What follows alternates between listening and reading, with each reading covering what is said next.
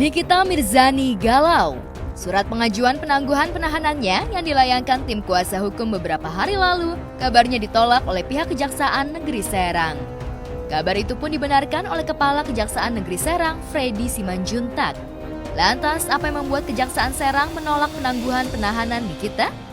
Benarkah ibu 3 orang anak itu dikhawatirkan akan melarikan diri dan tentunya bakal menghambat proses pemeriksaan kasus dugaan pencemaran nama baik terhadap Dito Mahendra?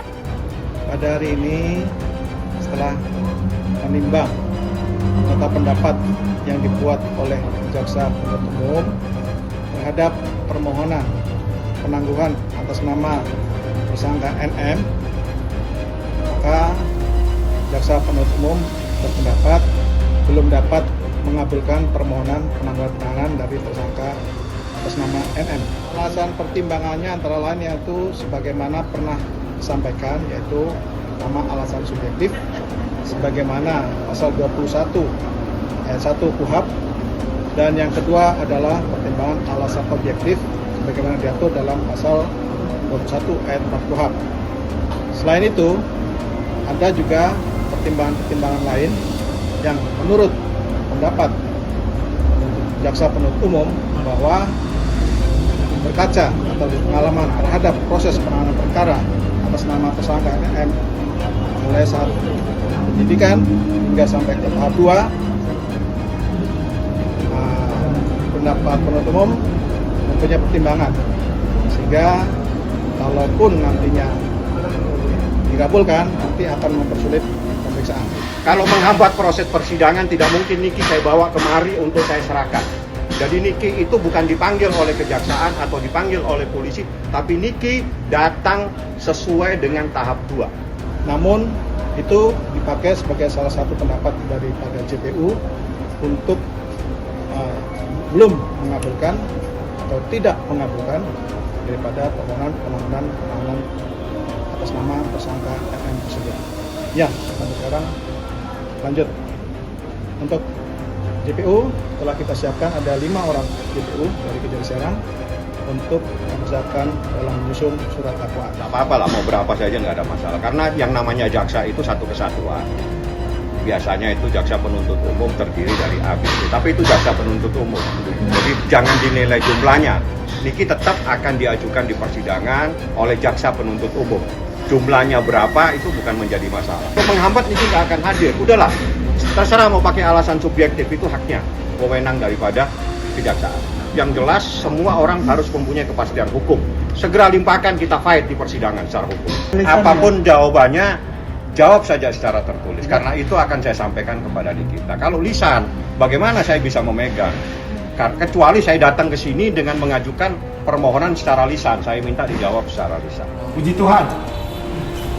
Kalau ditolak berarti intinya kan selama ini nggak kooperatif ya. Ditolak berarti kan ada alasan-alasan tertentu dari kejaksaan, mungkin takut menghilangkan barang bukti, pas nanti dihadirkan di persidangan tidak hadir, takut mengulangi lagi.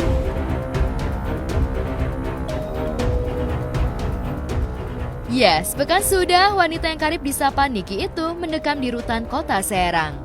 Tak dikabulkannya penangguhan penahanan itu seolah memupus harapan Niki. Apalagi kebebasan Niki harus terenggut. Lantas seperti apa tanggapan Fahmi Bahmid, ihwal pihak kejaksaan yang menolak surat penangguhan penahanan kliennya? Benarkah Niki kecewa? Lantas seperti apa tanggapan Niki mendengar kabar kurang baik tersebut? Dan lantas benarkah sejak awal masa penahanan, Niki mulai frustasi dengan kasus hukum yang dihadapinya? Benarkah tak ada jalan islah antara Dito dan Niki? Bertemunya dengan siapa? Apakah memang ada permohonan dari Niki untuk meminta perdamaian? Niki tidak pernah mengajukan surat apapun. Ya, catat, saya pun tidak pernah diminta oleh Niki untuk bertemu dengan siapapun. Utusannya pelapor maupun pelapor sendiri. Jadi, kalau ada yang menginformasikan bahwa menolak apa yang ditolak, bertemu saja tidak pernah. Ya, itu berlogika ya, lurus ya.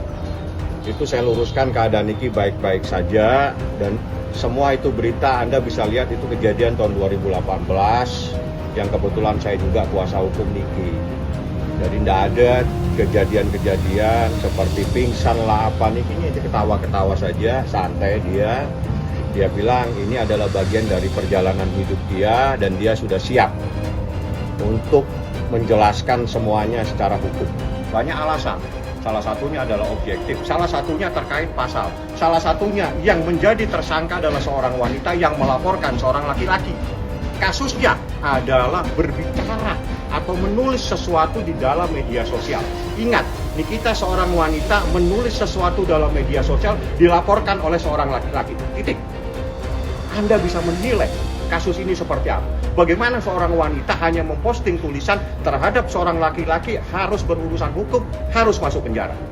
Penangguhan kan tadi saya sudah jawab, saya hormati pihak kejaksaan untuk tidak mengabulkan penangguhan penahanannya Nikita. Saya hormati, itu aja, saya nggak mau ngebahas lain-lain lah. Saya cuma berharap dari pihak kejaksaan segera melimpahkan kasus ini ke pengadilan, segera disidangkan. Mendengar kondisi Niki yang drop hingga kabarnya sulit makan dan tidur, sejawatnya Fitri Salhuteru akhirnya berkesempatan menjenguk Niki di Rutan Serang. Kehadiran Fitri di dalam rutan itu membuat Niki kembali ceria. Menurut Fitri, jika artis sensasional itu seolah lupa akan masalah hukum yang tengah melilitnya saat ini. Iya, Niki kan memang kayak apa ya, sama saya itu kalau nggak ngomong, kalau nggak ketemu kayak ikan kekurangan oksigen gitu ya.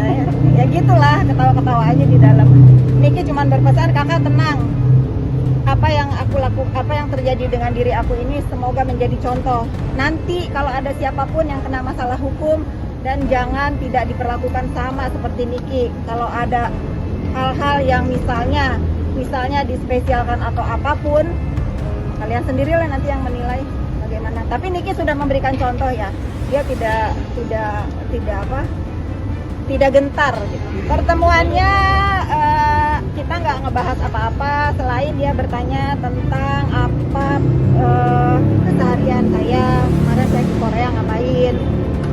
Nggak ada hal penting yang harus dibahas, apalagi masalah kasus yang dia hadapi.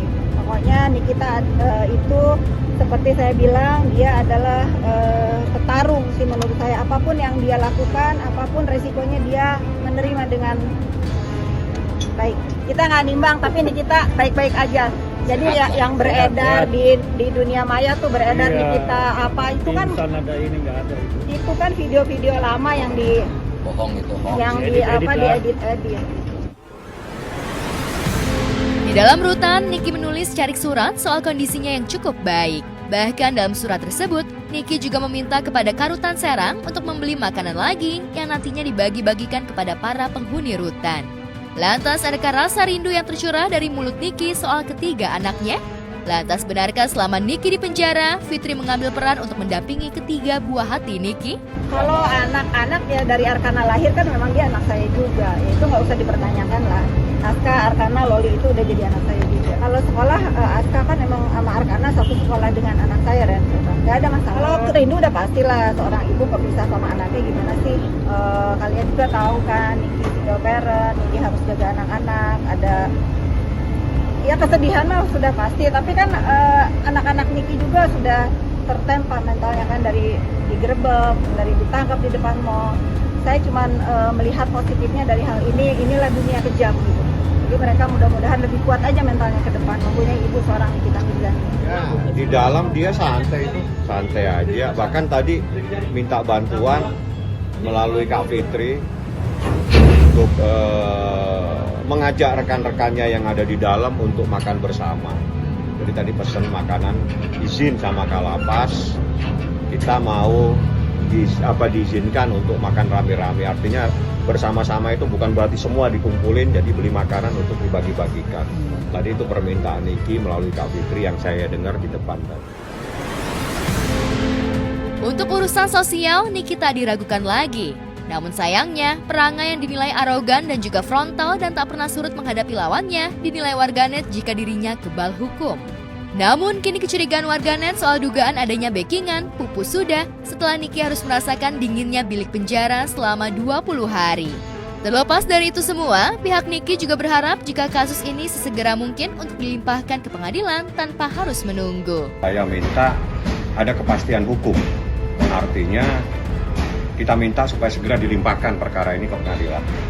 Kita fight di persidangan, kita akan buka-bukaan, bongkar-bongkaran secara hukum ya, jadi bongkar-bongkaran secara hukum. Nanti kita lihat seperti apa prosesnya. Yang jelas Niki udah siap, karena bagi Niki ini harus diungkap semua yang sebenarnya seperti apa. Jadi itu tadi yang saya sampaikan, saya minta supaya segera limpahkan saja, tidak usah berlarut-larut, karena harus ada kepastian hukum buat seseorang yang menjadi tersangka, seperti itu.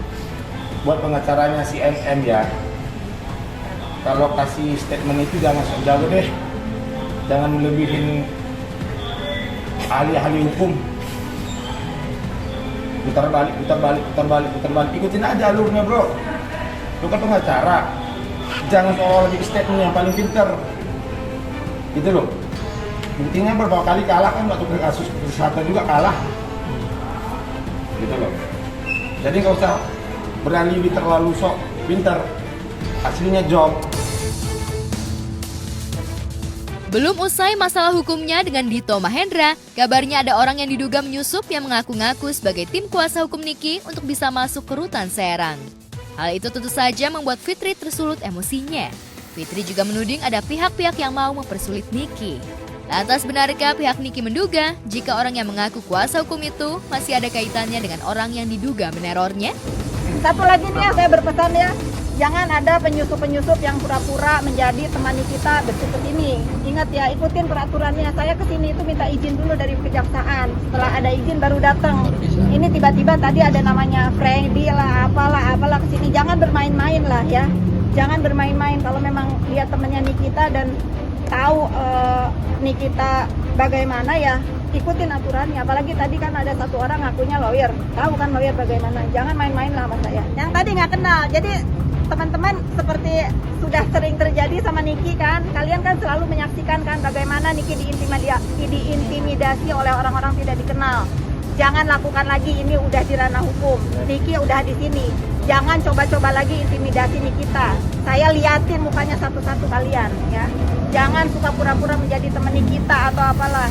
Jangan, kalau memang kalian memang mau membesuk Nikita, silakan ikutin aturannya seperti saya. Minta dulu surat ke kejaksaan, baru datang ke sini, jangan sok jago gitu ya. Ditahannya Niki di rutan Serang membuat peseterunya bahagia. Di antaranya Indra Tarigan dan Tessa Mariska. Karena Niki ditahan, Indra seperti aji mumpung kembali mengorek laporannya terhadap Niki 3 tahun yang lalu di Polres Metro Jakarta Selatan.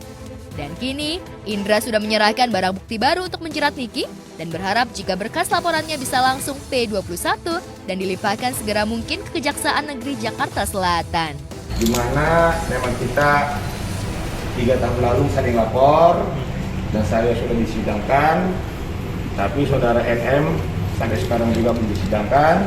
Jadi saya melihat perkembangan dari sini dan saya tadi sudah dapat suratnya, termasuk Tessa Mariska dan saksi-saksi yang saya tunjuk sama saksi ahli, semua sudah diperiksa, barang bukti sudah diserahkan berupa flash disk, sama satu lagi cuman handphone kita serahkan hari Kamis ya, hari Kamis untuk dilihat nanti di Polda Metro, baru nanti statusnya berubah karena unsurnya sudah termasuk semua terpenuhi semua menjadi tersangka. Jadi kita tunggu nanti setelah nanti saya serahkan handphone itu. Jadi hari ini saya dipanggil sama unit Krimsus mengenai perkembangan laporan saya terhadap saudara Nikita Mirjani, dan hari ini saya mengambil surat SP2HP-nya atas peningkatan status tersangkanya dan menyerahkan satu bukti handphone untuk segera biar bisa segera disidangkan di Kejaksaan Negeri Jakarta Selatan. Itu makanya saya mengambil SP2HP dulu, nanti baru ketahuan status seperti apa. Tapi memang buktinya harus saya serahkan satu handphone, bukti bahwa dia memang itu handphonenya dia, bukan fansnya dia. Jika Niki ingin kasus hukumnya dapat segera disidangkan, lain halnya dengan seterunya Dito Mahendra dan Nindi Ayunda. Kasus dugaan penyekapan terhadap mantan supir Nindi itu hingga kini masih mandek di tengah jalan. Meski sudah memenuhi panggilan penyidik sebagai saksi perihal kasus dugaan penyekapan Agustus lalu, hingga kini kasusnya menguap begitu saja. Lantas benarkah pihak Sulaiman merasa kecewa dengan kasusnya yang hingga kini belum ada kejelasan? Benarkah Fahmi Bahmid lebih memilih fokus membela Niki ketimbang Sulaiman dan istri Rini Diana? Kemarin dari hari Jumat ya, saudara kita S sudah memberikan keterangan ke Polres Jakarta Selatan, terutama ke penyidik untuk kasus yang sudah dilaporkan. Kemudian itu yang akan jadi bahan berkas dari penyidik. Jadi kalau dari penyidik yang jelas sudah mencari barang bukti, kemudian memeriksa saksi-saksi. Nah itu aturan-aturan atau prosedur yang harus kita lalui. Dikit Bu, dikit aja Bu. Bu, dikit aja Bu.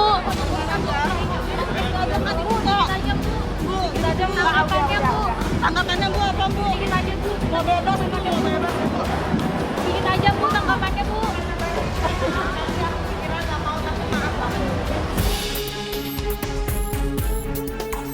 Kasih Humas Polres Metro Jakarta Selatan menepis jika proses penyidikan kasus dugaan penyekapan terhadap Sulaiman itu berjalan lambat.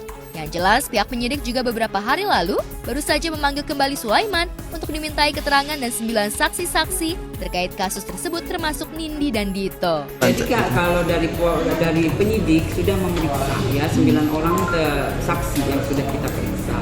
Namun demikian jika memang kita masih kurang atau memang butuh keterangan yang diperlukan oleh penyidik pasti kita meminta kembali. Nah nanti jika memang ada informasi yang jelas nanti kita informasikan kembali secepatnya. Ya untuk sementara ini masih didalami yang jelas semua saksi-saksi sudah diperiksa dan tidak menutup kemungkinan juga kita memeriksa saksi-saksi yang melihat dan mendengar kejadian yang dilaporkan.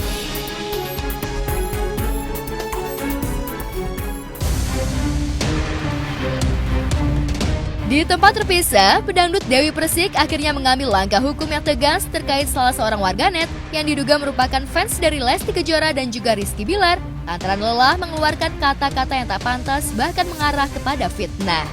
Apalagi wanita yang karib disapa DP itu sama sekali tak pernah membincang ihwal kasus Lesti dan Bilar. Yang ia bahas adalah soal kekerasan dalam rumah tangga secara luas.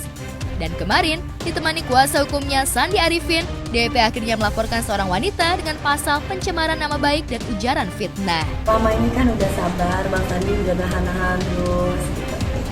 Dan mungkin sekarang sudah ya bukan gak sabar, saya tetap memaafkan. Tapi hukum tetap terus berjalan. Saya tidak akan pelin-pelan kok. Seperti udah dilihat, pasti teman-teman udah lihat kan. Lihat sendiri aja sudah. Nanti telah resmi melaporkan beberapa akun oknum yang melakukan pencemaran nama baik terhadap klien kami, fitnah, dan juga ada beberapa kata yang memang itu tidak benar dan sudah kita laporkan. Saya tuh diserang membabi buta loh. Saya nggak pernah bilang Lesti hamil duluan loh.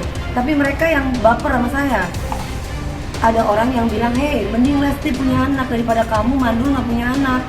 Kamu 3 kali cuma cerai aja. Saya bilang sama dia, namanya Riko kalau nggak salah saya di akun itu. Hey Riko, nggak apa-apa, saya itu kan nggak hamil, yang penting saya nggak hamil duluan. Dan saya bercerai karena KDRT. Jadi kan selama ini orang-orang nggak tahu saya bercerai karena apa. Makanya saya senang ketika Lesti itu bisa speak up mengenai KDRT. Karena zamannya saya dulu masih belum ada pasalnya, belum ada undang-undangnya gitu. Kan 2016 baru ada ya Bang Mas tuh. Bisa. Saudari kita DM atau alias DP sudah melaporkan kejadian yang dialaminya ke Polres Jakarta Selatan. Adapun yang dilaporkan adalah pencemaran nama baik dan undang-undang ITE. Ya, jadi sudah melaporkan. Kemudian yang dilaporkan adalah mengenai mengolok-olok atau memberikan kata-kata yang tidak pantas untuk dirinya. Kenapa? Akhirnya dari situ untuk saudara kita DM atau alias DP melaporkan ke Polres Jakarta Selatan. Bukan hanya DP yang merasa terpukul dengan tudingan fitnah tersebut, keluarga dan juga kerabat pun akhirnya kena imbasnya. Bahkan ibunda tercinta yang tengah berada di kampung halaman kabarnya mengalami syok dan sempat menanyakan ihwal kebenaran kabar tersebut kepada DP. Mami saya kan tinggal di kampung. Ya mami saya nangis, cuman ini dikasih sama teman-teman pengajiannya. Saya cuma bilang sama mami saya akan buktikan. Sebelum mengambil langkah hukum, DP juga sempat melakukan sayembara untuk para warganet yang berhasil menemui wanita yang memfitnahnya bakal diganjar uang senilai 100 juta rupiah. Jumlah yang luar biasa besar yang digelontorkan DP untuk menemukan di mana wanita tersebut tinggal. Kabarnya, setelah sayembara itu dihelat, DP sudah mengetahui sosok wanita yang memfitnah dirinya di jejaring maya. Bahkan DP Hakul yakin jika wanita itu bakal meringkuk di penjara akibat perbuatannya tersebut. Sayembaranya udah ketemu kan alamatnya? Udah dapat. Orangnya udah dapat semuanya. Oke. Kan harus melalui prosedur dulu. Semuanya ada prosedurnya, bukan kita tidak tahu orangnya di mana katanya, tapi harus melalui prosedur. Sebagai warga negara yang baik, saya harus melaporkan kepada pihak yang berwajib. Kalau misalkan saya asal-asal kucuk-kucuk datang, kata Bang Sandi, nanti akan salah lagi kalau nggak pakai polisi. Jadi tetap harus pakai polisi, walaupun kita sudah tahu alamatnya di mana, orangnya siapa, dan mengikuti prosedur yang ada sebagai warga negara yang baik.